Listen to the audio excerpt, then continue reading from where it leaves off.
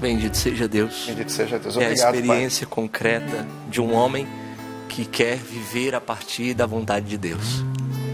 O Padre João sempre nos ensinou que o estudo da palavra é o nosso momento com nosso Senhor. Eu queria convidar a você a abrir as Sagradas Escrituras na carta de São Paulo aos Filipenses, no capítulo 4, dos versículos 10 ao 20. Eu parei para escutar o Senhor. Eu parei para escutar nosso Senhor, por isso, com atitude mesmo ativa, com um sentimento de nos colocarmos diante da palavra de Deus, eu convido a você a abrir a sua Bíblia, Filipenses capítulo 4, versículo 10 a 20. Veja, Padre Jonas sempre nos ensinou, dentro do método da Bíblia do meu dia a dia, nós precisamos identificar algumas coisas, as promessas de Deus, as ordens, o princípio eterno. Mas o mais importante, a chave da leitura ativa da palavra de Deus, orante, é nos perguntar: o que Deus quer falar comigo hoje? A palavra de Deus é uma fonte inesgotável de sabedoria. Qualquer dos meus irmãos aqui que fazem estudo da palavra todos os dias, porque faz parte da nossa regra de vida, todos os membros da Canção Nova, pelo menos 30 minutos do seu dia está fazendo o estudo da palavra, ou seja, está sozinho diante da palavra e do mistério de Deus e deixa nosso Senhor falar. Qualquer um dos meus irmãos dessa bancada poderia trazer alguma inspiração a partir dessa palavra, porque é uma fonte inesgotável.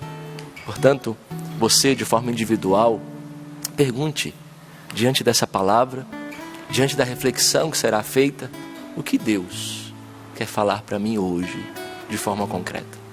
Então vamos para a leitura da palavra de Deus.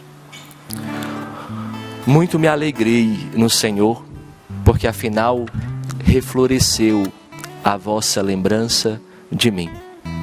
Na verdade, já vos tinhas lembrado, mas não tinhas ocasião de manifestá-la. Não digo isso por estar passando necessidade, pois aprendi a me bastar em qualquer situação.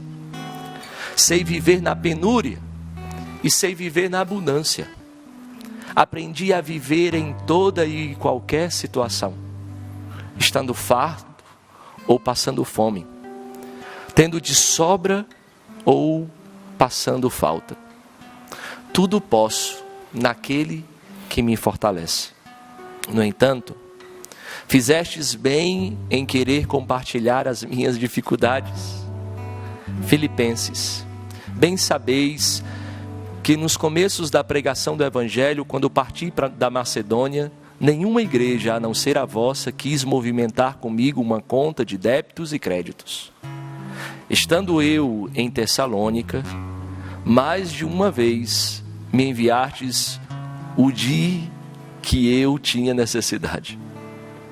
Não que eu esteja desejando os vossos donativos, ao contrário, eu desejo o fruto que aumente o vosso haver. Agora, tenho tudo em abundância, tenho até demais, depois que recebi de Epafrodito as vossas ofertas. Elas são como um suave perfume, um sacrifício aceito e agradável a Deus. O meu Deus proverá magnificamente, segundo a sua riqueza, no Cristo Jesus, a todas as vossas necessidades. Ao nosso Deus e Pai, a glória pelos séculos dos séculos. Amém. Meus irmãos, é uma palavra acertada para nós. Eu aprendi a viver na penúria e sei viver na abundância, em todas e qualquer circunstâncias, porque eu sei em quem eu coloquei a minha confiança. Mas veja, é até interessante, porque aqui nós poderíamos dividir em 3 partes esse trecho, mas na parte final ele até agradece, porque ele não precisa de ofertas mais, porque ele está na abundância. Mas veja, irmãos, possivelmente esse texto foi escrito por Paulo na prisão em Roma. Ele estava preso. Ele não estava na comodidade. Ele não estava numa praia, por mais que seja bom estar numa praia, deitado numa rede, bebendo água de coco, para dizer: agora tenho tudo em abundância. Ele estava na prisão. Possivelmente São Paulo escreve na prisão e é a sua última. Ali ele ia ser decapitado. Ele estava perto de morrer. Ele não está em uma situação confortável para dizer isso, mas ele vive da ajuda dos outros, ele depende da generosidade da comunidade, mas ele é grato por tudo o que aconteceu com ele, porque ele não sabe se será solto, ele não sabe se a sua vida estava contada em dias, mas ele sabe que nosso Senhor, ele atravessa prisões. Ele sabe que a presença de nosso Senhor vai muito mais do que uma presença física, é uma presença ontológica, é uma presença do ser. E mesmo assim ele começa dizendo: muito me alegrei no Senhor. A pergunta que hoje isso precisa nos provocar, meus irmãos, independente daquilo que você tem vivido, é: que tipo de fé é essa que consegue agradecer mesmo estando em uma prisão? Que tipo de fé é essa capaz de agradecer mesmo quando as coisas não acontecem do meu jeito? Porque eu não sei se você, mas eu tenho absoluta certeza que todos os meus irmãos aqui na bancada, nem tudo acontece do nosso jeito. As coisas não acontecem conforme nós programamos. As coisas não acontecem conforme nós até projetamos. E como você tem reagido diante das fatalidades da vida, ou até mesmo dos nãos educacionais de Deus, que edificam a nossa alma? Que tipo de fé é essa capaz de dizer: muito me alegrei no Senhor, muito me alegro no Senhor? Que tipo de fé é essa capaz de dizer: alegrei-me muito, porque eu já tenho o suficiente, e o melhor, eu já tenho até demais. Eu tenho todos os motivos, Deus já me deu todos os motivos para eu viver feliz. E aqui, eu me lembro até de um santo que eu gosto muito, carmelita, chamado São Tito. São Tito foi canonizado por Papa Francisco e morreu na Segunda Guerra Mundial. E dizem que ele morreu por ser religioso, mas descendente também de judeu. E contam que ele foi pego na Segunda Guerra Mundial e foi colocado em um campo de concentração. Mas o campo de concentração que ele morreu era um campo de concentração onde as pessoas morriam a partir de uma câmara de gás. Ou seja, existia uma sala onde colocavam pessoas dentro e soltavam um gás para morrer. Só que tinha um problema naquela câmara de gás. O problema era: tinha muitos presos e poucas câmaras de gás. Então eles tinham que pegar a fila, igual como você pega aqui na Canção Nova, sabe? Para ir para o refeitório, para ir para a padaria, para a lanchonete. Eles tinham que pegar uma fila para morrer. Ele tinha que esperar a sua vez. Como será que seria a nossa atitude, a nossa reação, esperando para morrer, por ser religioso, por ter conhecido Jesus, por não trocar nada aquele amor que preencheu meu coração? E dizem que São Tito, esperando para morrer, chegou a sua vez. E os seus algozes perguntaram para ele assim: Tito, qual é o seu último desejo? O que você precisava? O que você precisa antes de morrer? E ele podia pedir qualquer coisa, né? Contando para um amigo padre, ele dizia assim: eu ia pedir uma coca e uma pizza. E São Tito olhou para o algoz e disse: eu preciso de um papel e uma caneta, porque eu preciso escrever uma carta para o meu amigo. E assim ele escreveu uma carta para Jesus. Imagina o que ele colocou nessa carta: de ver pessoas entrando em uma sala e saindo cadáveres, mortos pelo ódio, mortos pela indiferença, mortos pela audácia de achar que são donos de um povo, de um mundo. E ele estava prestes ao momento mais importante da vida dele. Porque para nós cristãos, meus irmãos, a morte é o momento mais importante da nossa vida. É por isso que cada Ave Maria nós pedimos que a Virgem Maria cuide de nós, rogue por nós dos dois momentos mais importantes da nossa vida. No agora, que nos prepara para o outro momento mais importante. E na hora da nossa morte. Porque é o momento onde nós vamos encontrar aquele que é o Senhor da nossa vida. Aquele que é o sentido de tudo que nós vivemos. Aquele que é o brilho do nosso olhar. Aquele que é o sorriso do nosso rosto. Mas para isso, eu preciso viver bem. E São Tito escreveu uma carta para o seu amigo, contando o que ele estava vivendo.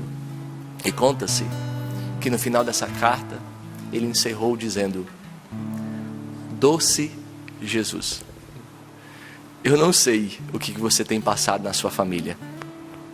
Eu não sei o que você tem passado no seu trabalho, aqui na comunidade, diante do nosso setor de trabalho, da nossa vida comunitária, da nossa função, da nossa responsabilidade. Eu não sei o que nós temos passado, mas eu tenho absoluta certeza que não tem um ambiente de um campo de concentração perto de morrer. E você tem encontrado doçura? Você é capaz de, dentro de um campo de concentração, próximo à sua morte, de poder dizer: doce Jesus? Você tem encontrado doçura diante das realidades que você tem vivido? Ou você vive a amargura? E as pessoas que querem encontrar doçura perto de você, ao se encontrar com você, ficam também amargas. Porque você é murmuradora. Porque você acha que as coisas precisam acontecer do seu jeito. E o ambiente externo a você quer fazer com que você seja se transformado a partir de oscilações próprias do tempo e do espaço. Nós não vivemos a partir do tempo e do espaço. Nós vivemos a partir de um ser que não muda. Pode mudar qualquer coisa, mas aquele que é imutável, ele não nos abandonará. Você tem encontrado doçura? Dentro da realidade da sua casa, você tem encontrado doçura? Dentro da dificuldade do seu matrimônio, que não existe mais diálogo, que é como uma ferida que vai rompendo dentro de você um isolamento, um distanciamento. É hora de você encontrar doçura ali. E São Tito diz: doce Jesus, fica comigo, pois tudo é bom perto de ti. Essa fé de Paulo. Mas veja, você depois de uma história dessa, você pode dizer: mas padre, pelo amor de Deus, eu não sou capaz de viver isso. Eu não sou capaz de encontrar doçura onde há amargura. Mas eu preciso dizer para você, com Paulo também não foi assim. Paulo não nasceu assim. Antes de encontrar Jesus, antes de ter a sua vida transformada, antes de ser preenchido, ele era um homem seguro de si mesmo. Ele era um homem capaz de conhecer a lei mosaica. Ele era um fariseu, ele era um conhecedor da lei, mas ele era cheio de si. Quem é cheio de si não tem a capacidade de abandonar-se nos braços de Deus. Ele fica sempre armado, ele fica sempre rígido, porque ele é cheio de si. A segurança dele é ele mesmo. Ele não consegue abandonar. Ele não tem a atitude de se lançar nos braços do Pai, porque ele é cheio de si. Ele era orgulhoso pela sua própria justiça, não pela justiça de Deus. Ele perseguia os cristãos. Ele era um fariseu exemplar. Mas veja, mas depois do encontro com Jesus, a caminho de Damasco, ele vai aprender algo novo. Ele vai aprender a verdadeira segurança. E a verdadeira segurança não está no controle que nós temos das coisas, porque você nunca vai ter controle de nada. Me desculpe ser tão franco assim com você. Você não vai ter controle nem da educação dos seus filhos. Você não vai ter controle, porque na educação dos filhos, eles já bem sabem que 2 mais 2 às vezes nem é 4, viu? 2 mais 2 vai dar outra coisa. Outra coisa. Por que eu digo isso? Porque, meu irmão, é necessário abandonar-se nas mãos de Deus. É necessário lançar-se. O controle da sua vida, a segurança não está mais nas suas mãos. A sua segurança está na confiança em Deus. Por isso que Paulo, na prisão, no fim da sua vida, é capaz de nos dizer: aprendi a viver na penúria e na abundância. Porque eu sei que o imutável está constantemente comigo. Não importa as circunstâncias. Meus irmãos, o encontro pessoal com Jesus transforma as realidades que nós vivemos de dentro para fora. Não transforma de fora para dentro apenas, é de dentro para fora. E começa pequeno, começa pequenininho. E quando ele disse, aprendi, esse aprendi não foi rápido. Talvez você queira aprender a viver em todas as circunstâncias. Talvez você queira ter esse contentamento, viver contente em todas as situações, quer seja do seu jeito ou do outro jeito, mas Paulo teve que ser treinado. Portanto, não perca as circunstâncias que você tem vivido. Sabe qual é a diferença de Paulo para nós? Sabe qual é a diferença de Tito, de São Tito para nós? Sabe qual é a diferença dos santos canonizados para nós? É uma. A diferença é que eles não desperdiçaram nada do que viveram. Eu e você ficamos esperando o ambiente ideal. Eu vou mudar quando meu marido fazer isso. Eu vou mudar quando meus filhos forem na igreja. Eu vou mudar quando isso acontecer, quando eu for reconhecido por tudo que eu fiz. Eu vou mudar porque aquele precisa mudar primeiro. Não, meu irmão, não. A maior diferença dos santos para nós, pobres mortais, é que os santos não desperdiçam nada do que vive. O que você tem vivido? Paulo passou fome. Paulo passou frio. Paulo foi perseguido. Paulo até naufragou. Paulo foi açoitado. Paulo foi rejeitado. Mas ele utilizou de tudo isso como um bom laboratório, como um treinamento, para que no fim da sua vida ele possa dizer: aprendi a viver em toda e qualquer situação. Aprendi a viver na penúria. E também Paulo viveu a alegria da comunidade. Paulo viveu a alegria da generosidade de irmãos que são capazes de dar a vida. Paulo também teve a experiência da partilha. Paulo teve a experiência do amor fraterno. E veja, aquilo que Deus quer realizar de você é uma obra admirável aos seus olhos. E Deus vai utilizar pessoas para isso. Deus vai colocar circunstâncias, pessoas, mas infelizmente, enquanto você estiver mergulhado em você mesmo, você não vai perceber nenhum desses instrumentos de Deus na sua vida. O segredo de Paulo, meu irmão, o segredo de Paulo é poder constatar que tudo eu posso naquele que me fortalece. Eu posso perder qualquer coisa, eu posso ser colocado em qualquer lugar, mas a minha força não está numa força humana, não está no certificado, não está no status que eu tenho diante da sociedade e nem do reconhecimento que eu tenho, não está nem diante daquilo que eu já vivi, não está diante de nada disso. A força e o segredo, a força de quem sabe em quem colocou a sua vida, está em dizer: a minha fortaleza é o Senhor. Paulo não coloca a sua alegria em nada, nem no dinheiro, nem no reconhecimento, nem mesmo no sucesso da sua missão. O que seria da igreja primitiva se não fosse Paulo? Mas Paulo reconhece que nada ele pode, porque uma vez ele escutou do próprio Jesus: a minha graça te basta, Paulo. A minha presença é suficiente. Meu irmão, a presença de Deus dentro da sua casa é o suficiente. Ele está cuidando de você. Ele está cuidando das realidades que você vive. Ele tem entrado na sua casa e Ele tem se antecipado. Mas infelizmente as feridas da nossa história têm nos feito roubar e gastar energia com tantas coisas. E aqui Ele coloca a alegria de Jesus, a alegria dele em Cristo, em Jesus, a alegria de Paulo, e isso toca muito a nossa vida. Isso precisa sim ser, porque nós também somos chamados a aprender a confiar quando falta. Eu não sei se a sua despensa da cozinha está cheia.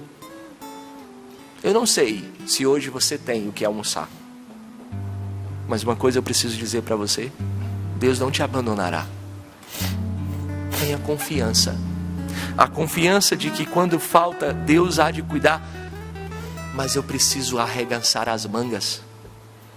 A confiança de aprender que eu preciso agradecer quando me sobra.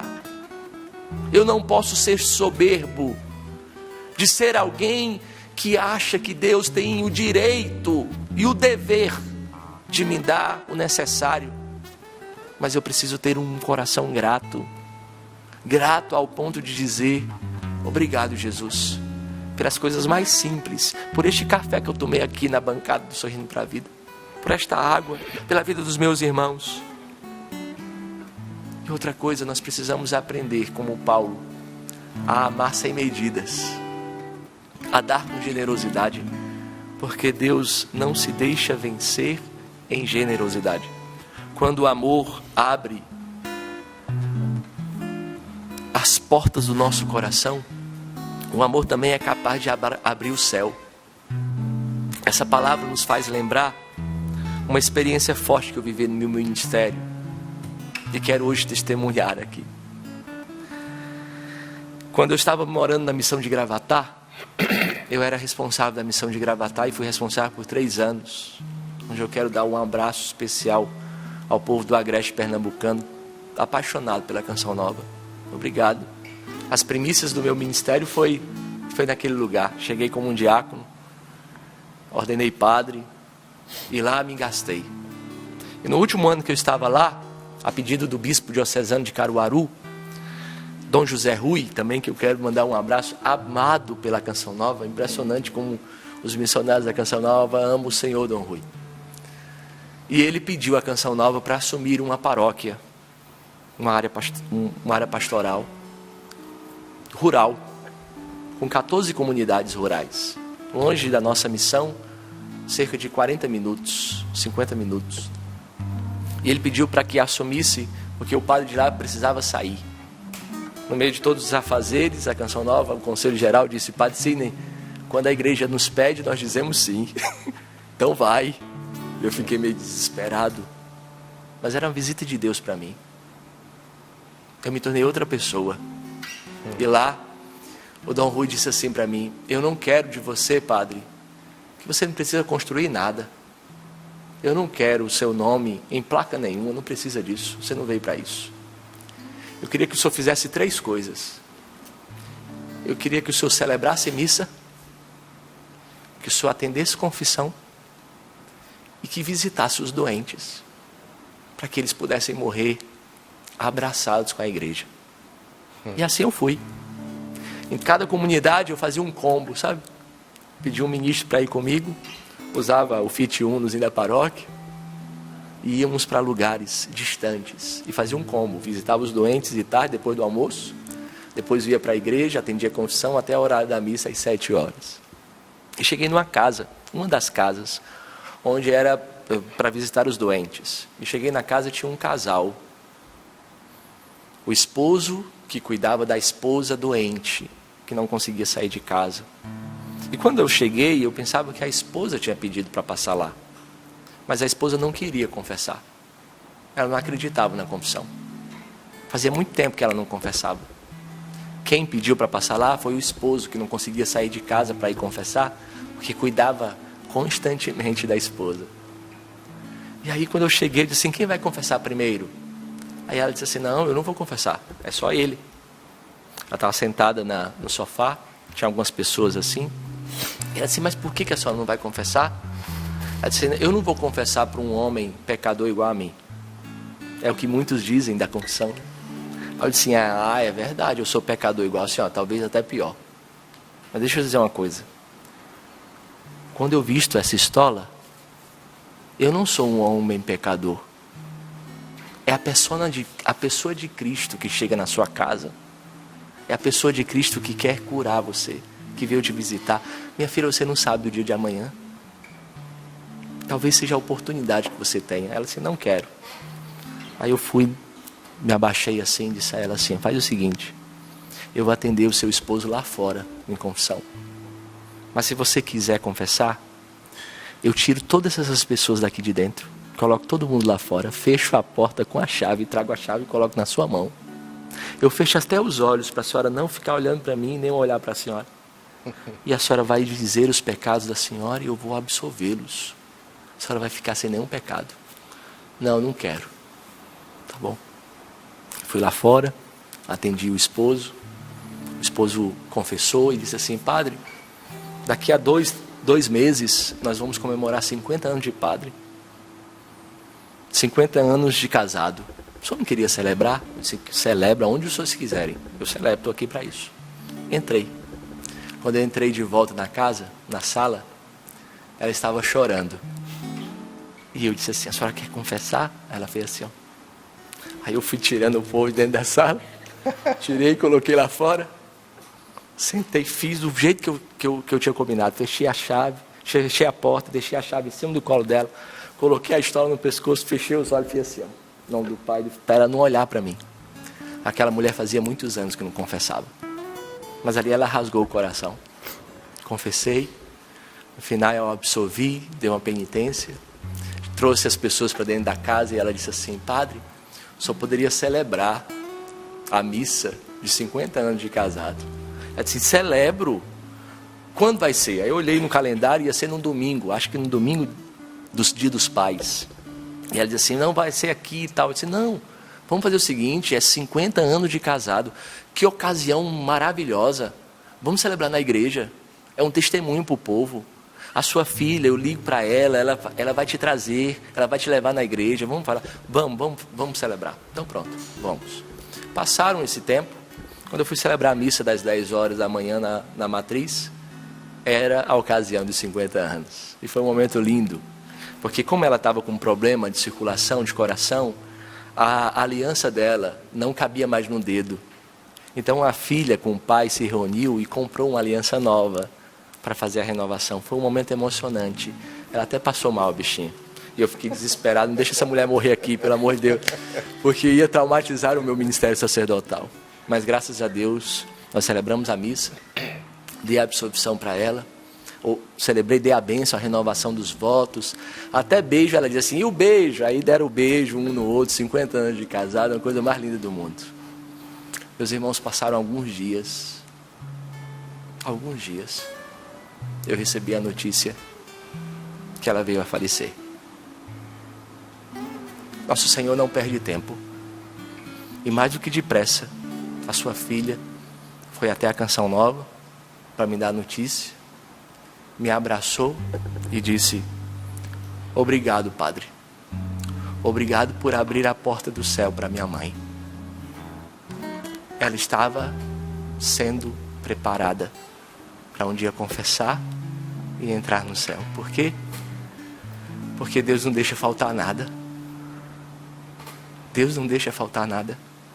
Deus utilizou do coração de um bispo para chamar a Canção Nova, para assumir aquela paróquia, para ir nos lugares onde as pessoas precisavam morrer santamente e não tinham um padre. E a Canção Nova lá estava. Não era o padre Sidney que estava lá, era a Canção Nova, eram os meus irmãos que foram lá. Quando ela dizia obrigado por abrir as portas, não era somente o padre Sidney, eram os meus irmãos que se gastam aqui todos os dias, que se entregam, que se ofertam. Porque nosso Senhor não se deixa vencer em generosidade. E eu digo para você, com isso eu aprendi algo bem concreto. Eu aprendi que não há riqueza. Não há uma riqueza maior do que a riqueza de ser de Deus. Não há sim a riqueza de estar com Ele. E Ele faz de tudo. Porque Ele nos ama. Ele vai fazer de ocasiões, de circunstâncias, para mudar o nosso coração, para mudar o que nós somos. Porque Ele se preocupa conosco, Ele chora conosco. O maior interessado na nossa família, na nossa salvação, é Ele mesmo. Ele pagou um alto preço. Meus irmãos, não há nada que possa preencher o vazio de Jesus. Doce Jesus, fica comigo, pois tudo é bom perto de ti. Você pode ter qualquer coisa. Se você não tiver Jesus, você é um pobre miserável. Você não tem nada. Mas Ele se antecipa. Ele não nos trata como exige as nossas faltas. Ele vai em direção às nossas fraquezas e diz: meu irmão e minha irmã, venha para perto. Você não encontra um dedo apontado, você encontra uma mão estendida que quer te levantar e dizer: há uma riqueza que não passa. Ele quer olhar nos seus olhos e dizer que há um tesouro que não se perde, que o ouro e a prata pode até corroer, mas a presença de Deus plenifica o homem. A presença de Deus preenche o homem por inteiro. Fazer aquelas Ezequias foi fazer as Ezequias capazes de dizer: agora não há mais barreiras, existe livre acesso. É aquela experiência do véu do templo, sabe? Que se rasga. Antes nós não tínhamos acesso aos santos dos santos, mas a partir da paixão de Jesus, a partir da sua morte, a partir da sua ressurreição, o véu do templo se rasga. Nós temos acesso a Ele. Meu irmão, não importa as circunstâncias da sua vida, você tem acesso a Deus. Não importa se você está em um leito de um hospital, e eu sei que é difícil. Eu sei que é difícil ter esperança quando as circunstâncias da sua vida mostram somente o contrário. Mas Ele não se abandona. Ele não te abandona. Mesmo quando você se sente sozinho nesse quarto, mesmo quando até mesmo os cuidadores estão cansados e precisam de um tempo, e às vezes falam até de forma bruta com você, porque eles estão cansados. Deus, Ele não é bruto. Ele nunca vai nos falar de forma bruta. Ele vai se estender os braços e vai dizer: eu estou contigo. Ah, sim, um bem que vale todo e qualquer sacrifício. Tudo que nós vivemos nessa vida, meu irmão, não tem comparação ao que nós vamos viver no céu. Eu fico imaginando o que seria da vida do homem se não fosse o céu. Imagina, você viver 80 anos, sei lá se eu chego nem na metade disso, 90, 100 anos, o que é isso diante da eternidade? Meu irmão, toda e qualquer vocação é pautada pelo sacrifício. Por isso não espere o ambiente ideal. Não espere o ambiente, o sacrifício que agrada a Deus é um sacrifício de suave odor, ou seja, aproveite das circunstâncias da sua vida. Paulo diz: isto é um sacrifício que Deus aceita e que lhe agrada. Meu irmão, é um sacrifício. Por isso oferte, entregue. Por isso dê a nosso Senhor aquilo que Ele precisa. Mas veja, sofrer por sofrer, todos nós sofremos. Aqui a bancada toda sofre. Cinegrafistas, a produtora, a diretora, todo mundo sofre. Todo mundo que nos acompanha sofre. Mas sofrer por sofrer é só sofrimento. Mas um sofrimento oferecido se torna redenção, sacrifício. Ofereça o que hoje você vive. Mas lembre-se, não importa se o ambiente ainda não está pronto. O Padre Jonas fala da nossa formação aqui na Canção Nova, dizendo que o ambiente não pré-existe. E esse ambiente familiar precisa ser preparado. E o ambiente exige esforço. Preparar um ambiente exige esforço. Porque preparar o ambiente é antes de colher os frutos, tá? Às vezes nós queremos os frutos para depois dar o ambiente, né? Parece que a gente não sabe tratar com terra, né? A gente acha que primeiro tem que vir um fruto para depois preparar a terra, para ver se a terra vai dar outra coisa. Não, primeiro tem que preparar a terra. E preparar a terra é o trabalho mais árduo. Se o agricultor não acreditar na capacidade da semente de semear, na capacidade que ele tem de cuidar do terreno, ele nunca terá fruto. Pare de querer o fruto caído do céu e comece a preparar o terreno para depois, quando frutificar, você saborear dos frutos. Os pais precisam muito de um trabalho de paciência, né? De preparar terreno, para depois de alguns anos, muitos anos, colher algum fruto. Por isso, não permita que o ambiente, por mais que seja um ambiente que não esteja harmonioso, não permita que este ambiente transforme as suas realidades e viva a partir deste ambiente. Eu costumo dizer que São Paulo vai nos ensinar, e o Padre Jonas utiliza isso na Canção Nova, que nós precisamos chegar à maturidade do homem perfeito, né? O Padre Jonas gosta de utilizar esse termo, utilizado por Paulo. Chegar à maturidade do homem perfeito. Mas o que é isso, chegar à maturidade do homem perfeito? Uma das condições para vermos a nossa maturidade, para vermos se o nosso coração está maduro, é quando as coisas externas a nós não conseguem mais nos abalar. Quando as situações contraditórias que nós temos não conseguem abalar o que nós somos.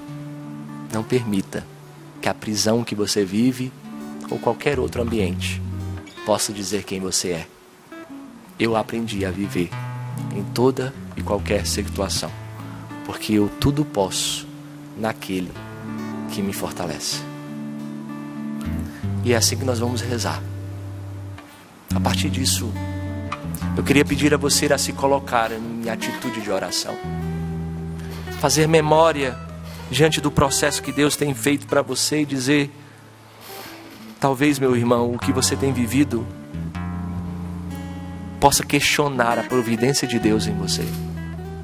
Mas eu quero dizer que a força do Espírito Santo está alcançando a sua vida na totalidade do que ela é. Não apenas os seus sentimentos, mas tudo aquilo concretamente. Eu quero pedir que este programa possa alcançar ambientes que sejam desfavoráveis. Transforme ambientes na força do Espírito Santo, e da mesma forma que o Espírito pairava sobre as águas, que o Espírito pairava sobre o caos e colocou ordem em tudo, eu quero pedir a Deus que neste programa o Espírito paire sobre o caos da sua família, do seu trabalho, das realidades que você tem, e coloque tudo em ordem. Bendito seja Jesus.